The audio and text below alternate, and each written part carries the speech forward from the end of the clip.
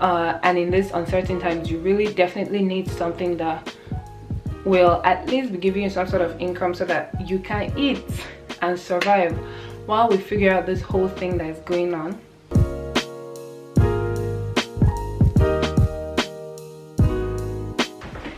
Hi guys, welcome back to my YouTube channel. My name is Hephzibah. Anyway, I live in the US and I film about life as a student in the USA. Originally from Nigeria, but I film about, I document some of my journey as an African, as an international student, as a woman, as a human being, period. And I share some of my stories in hopes that this will help, some people who are transitioning or, who are coming after me. So let's dive into today's topic. So today's topic is one that I have thought about. I have done some research and I have decided to sort of share.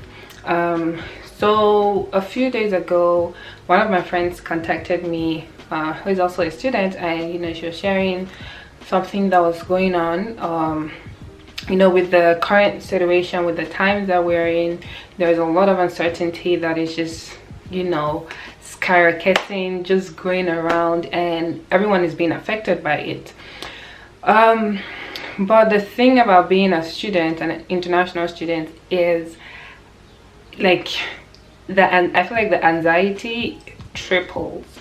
And this is because on a normal day we are very careful not to do anything that would spoil our lawful residence here. So we try to sometimes we ask ourselves questions like, will I have to go home after 6-7 months, or okay, how can I stay away from this so that I don't have to leave right now since I'm here for my education. So I feel like with this ongoing pandemic, there's just a lot of uncertainties even for international students. And one major one that I just read and I spoke with some of my friends and found out was the current administration in the US. I'm not quite sure about Canada or UK, but in the US, and the current administration is considering making some changes to international students OPT. So I released a video a while back about applying to OPT, and I felt like, that was part one. I had another video coming up, but after doing my research and reading some things, I was just like, maybe I should wait a little bit and talk about this before I go on. And yeah, as I was saying, there's this back and forth, but the current administration, they are thinking about it.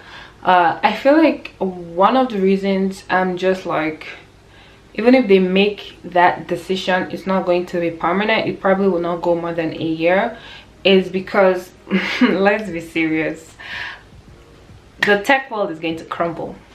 Yeah, the tech world will crumble. If they decide to ask internationals to internationals to go back home, people with H1B visa, OPT, and all of that stuff, the tech world will crumble in the US, not in other countries.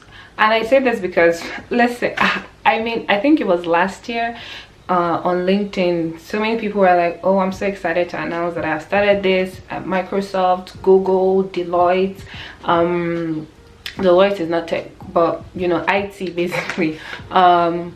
What other, some of these big companies, most of their workers or some of their workers are internationals, and they have really good roles in those companies. They help a lot.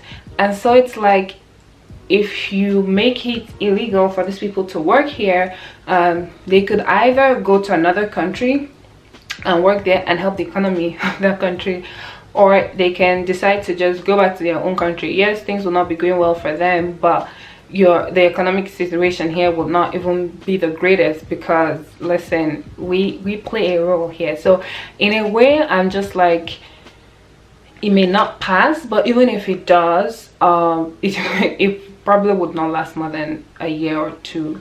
But then what happens to the people that right now are graduating and they need to get a job or something like that?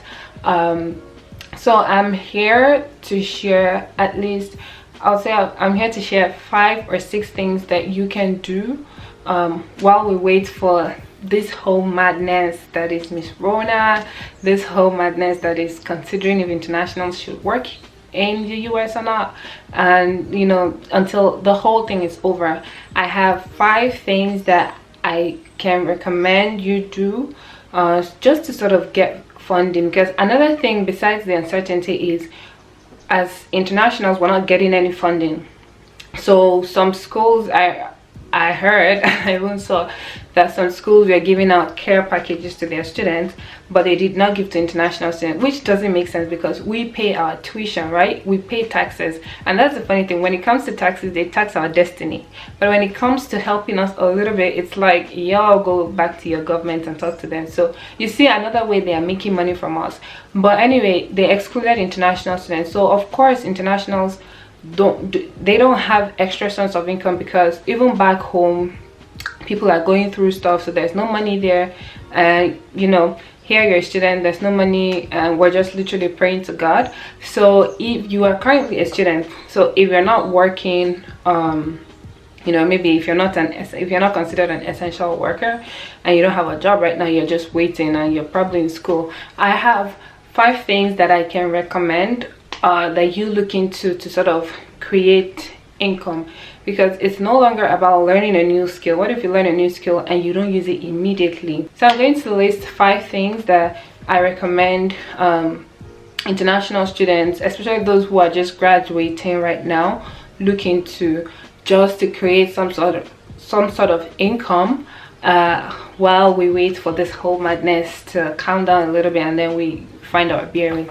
So number 1 thing that I can recommend is being a freelancer. So there are some what would I call them, there are some websites, there are some portals that allow you to be a freelancer, such as Upwork, Total, it's like, and even LinkedIn. You can use LinkedIn to find a job, to find like contracts. So the way it works is you can, you know, update your profile, write out the skills you've learned. For instance, if you're in accounting or like data analysis or finance or business, and you have skills in Excel and maybe writing codes, VBA, SQL, all those things, you can create an account and, you know, push out proposals. So now those things are not easy, so you have to be consistent. You know, push out proposals and hopefully you get a job. Or it's not like a 1-year job, it's more like contract, but the important thing is you get some sort of income. And don't look down on any income, even if you're starting with $20, just that when you get into the system, you know, you can grow. A very close friend shared this with me, and I am sharing it here out of the goodness of my heart. So look at Upwork.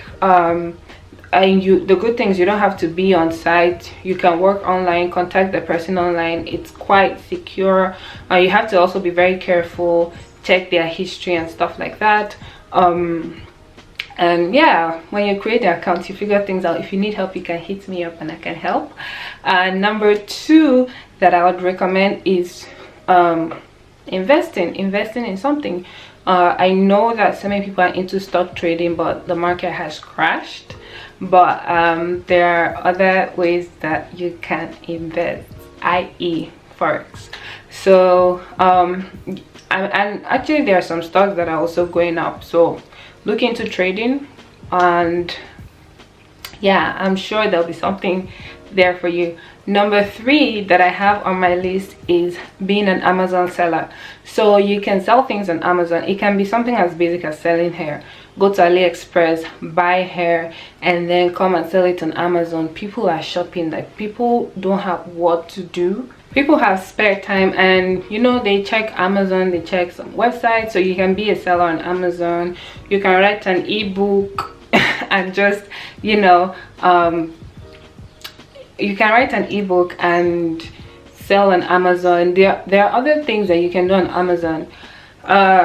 4, which sort of ties back to number 1, is if you're into IT, coding, and all that fun stuff, really look at Upwork and really look at maybe trying to get a certification for AWS Cloud, and you know, just try to be a freelancer. Number 5 on my list is teaching. So many people are back home with their kids, and the good thing about teaching is that, I mean, you can be a master of the jack of all trades, but some people don't really know, you know, how to teach their kids, or they probably don't even have time. So you can offer to teach online. Try to check those websites to see what they require of you. Probably they just need your SSN and stuff like that.